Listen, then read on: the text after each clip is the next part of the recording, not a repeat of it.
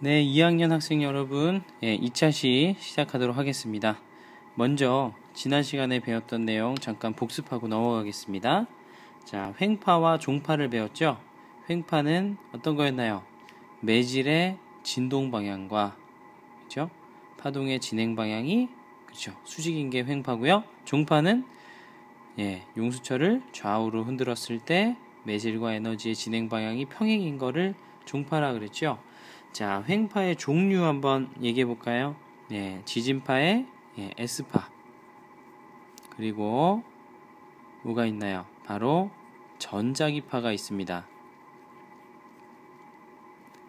전자기파 안에 X선도 있고 빛도 있고 전파도 있고 다 횡파라는 것을 알 수 있고요. 두 번째는 종파인데요. 종파는 지진파 중에서 P파, 그리고 소리를 음파라고도 하죠. 그리고 우리가 오늘 배우게 될 초음파도 종파가 되겠습니다.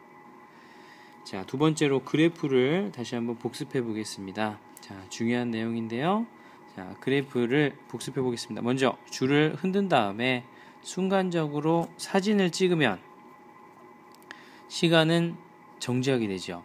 그때 여기서부터 여기까지의 거리가 얼마가 되나요? 바로 그것을 우리는 파장이라고 했습니다. 람다라고 썼죠? 근데 여기다가 리본을 묶었어요. 자, 리본을 묶어 놓으면 이 리본은 횡파니까 어떻게 움직이나요? 위아래로 움직이게 되겠죠? 자, 그러면 자, 이쪽에서 줄을 흔들었습니다. 그러면 시간이 지나면 이렇게 물결이 퍼져나가겠죠? 그러면 이 리본은 위로 갈 겁니다.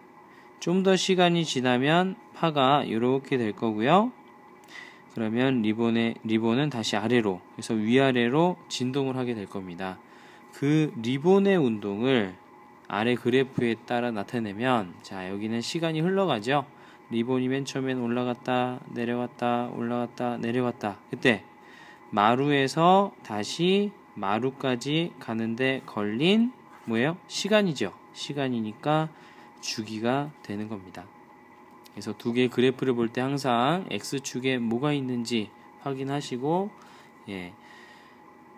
문제를 푸시기 바라고요. 그 다음에 V는 속도 공식 배웠죠? F 람다, 이 공식 반드시 알아두시고, F는 1초 동안에 떠는 진동수, 람다는 파장이 된다고 우리가 배웠고요. 매질의 상태가 이 속도를 결정한다. 그런 것들을 우리가 얘기를 했었습니다. 자, 그리고 보너스 문제가 있었죠. 소리가 휘는 방향. 자, 소리가 낮에는 새가 듣는다. 자, 위로 휜다 그랬는데 어떻게 알아보나요? 자, 선생님 물어봤어요. 답이 없습니다. 그랬더니 자, 어떤 조에서 이렇게 답을 제시했네요. 자, 사람이 계속 똑같은 소리를 내면 낙하산을 타고 떨어지면서 들리는 소리를 비교하면, 자, 위로 휜다면 높은 곳에서 더 큰 소리가 날 것이다. 목숨 걸고 실험하네요. 자, 두 번째는 톱밥을 쫙 놓고요. 하면은 아무래도 위로 휘니까 아래쪽보다는 위쪽 톱밥이 더 떨 것이다. 낮에 이런 아이디어를 냈습니다. 재밌죠? 넘어가도록 하겠습니다. 자, 오늘 배울 내용, 소리의 3요소. 높은 소리와 낮은 소리가 있겠죠? 높은 소리는 뭐가 크고 낮은 소리는 뭐가 작을까요? 뭐에 의해서 결정될까요? 그렇죠. 바로 진동수에 의해서 결정됩니다. 진동수가 클수록 어떤 소리인가요? 높은 소리가 되고요. 진동수가 작을수록 낮은 소리가 되겠습니다. 자, 크기는요. 큰 소리가 있고 작은 소리가 있죠. 크기는 바로 진폭과 관련이 됩니다. 소리의 진폭. 음색은요. 선생님 목소리, 친구들 목소리 다 다르죠? 그것은 바로 파의 모양, 파형과 관계가 있다고 할 수 있겠습니다. 그래서 진동수가 이렇게 진동을 많이 하는 소리와 진동을 천천히 하는 소리가 있으면, 자, 진동수 큰 게 높은 소리가 되고요. 높은 소리. 그리고 진폭. 자, 똑같은 소리지만 요런 소리와, 그럼 진폭은 어떻게 돼? 여기가 진폭이죠? 자, 요런 소리. 그러면 진폭이 커지니까 소리가 커지게 되겠습니다. 그리고 파형이요. 자, 이런 소리가 있다면 진동수는 똑같지만, 자, 요런 소리가 있을 수 있죠. 그래서 파의 모양이라고 생각하면 됩니다. 파의 모양에 따라서 소리가 다르게 들린다는 걸 생각하시기 바랍니다. 자, 그리고 소리를 듣는 과정 간단한데요. 자, 먼저 목소리를 내야 됩니다. 그러면 우리 목소리의 성대가 떨죠. 그리고 자, 성대가 떨면 사람의 귀까지 가야 되니까 뭐가 떨까요? 예, 공기가 떨게 됩니다. 그러면 귀 속에 있는 고막이 떨게 되고요. 그러면 소리를 인식하게 됩니다. 만약에 고막이 없는 사람은 어떻게 소리를 듣게 할 수 있을까요? 한번 생각해 보시고 우리 수업 시간에 한번 고민해 보겠습니다. 자, 마지막으로 초음파인데요. 자, 초음파. 인간이 들을 수 있는 소리에는 한계가 있다. 인간이 들을 수 있는 소리, 바로 20Hz에서 20,000Hz까지를 비영역이죠. 우리가 가청 주파수, 듣는 게 가능하다. 가청 주파수라고 합니다. 자, 그럼 A영역은 인간이 들을 수 있는 소리보다 낮은 소리죠. 예. 초저음파? 이름 붙이면 되겠죠. 예. 그리고 20,000Hz보다 높은 소리, 인간이 들을 수 있는 소리보다 높아요. 이걸 바로 초음파라고 합니다.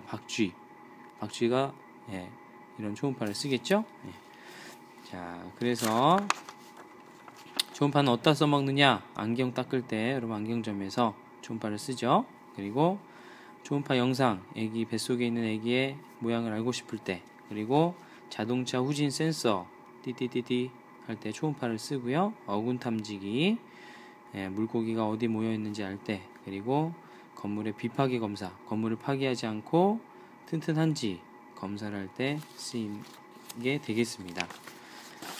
자, 한 가지만 더 추가로 우리가 할 텐데요. 간섭에 대해서 우리가 살펴보겠습니다.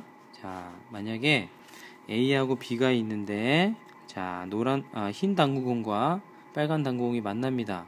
두 개가 충돌하면, 자, 어떻게 되나요? 뚫고 가나요? 아니면 되돌아가나요? 자, 두 개는 충돌한 다음에, 그죠? 다시 뚫고 가지 못하고요. 되돌아갈 겁니다. 방향을 바꿔서요. 이렇게, 이것이 바로 당구공, 좀 어려운 말로 하면 덩어리, 입자라고 하겠습니다. 입자의 충돌이 되겠죠. 그런데 자, 파동을 한번 생각해 보겠습니다. 자, 이쪽에서 줄을 한 명이 흔들고요. 반대쪽에서 줄을 흔들면 A와 B가 이렇게 서로 만나겠죠. 그럼 중간에서 만나면 어떻게 될까요? 자, 파동 같은 경우는 이렇게 둘 다 위로 볼록이기 때문에 위로 더 볼록한 이런 모양을 가지게 됩니다. 자, 이렇게 위상이 같다고 표현하는데요. 위상이 둘 다 위로 볼록한 파가 만나서 진폭이 커졌죠. 이것을 우리가 보강 간섭이다 라고 이름을 붙입니다.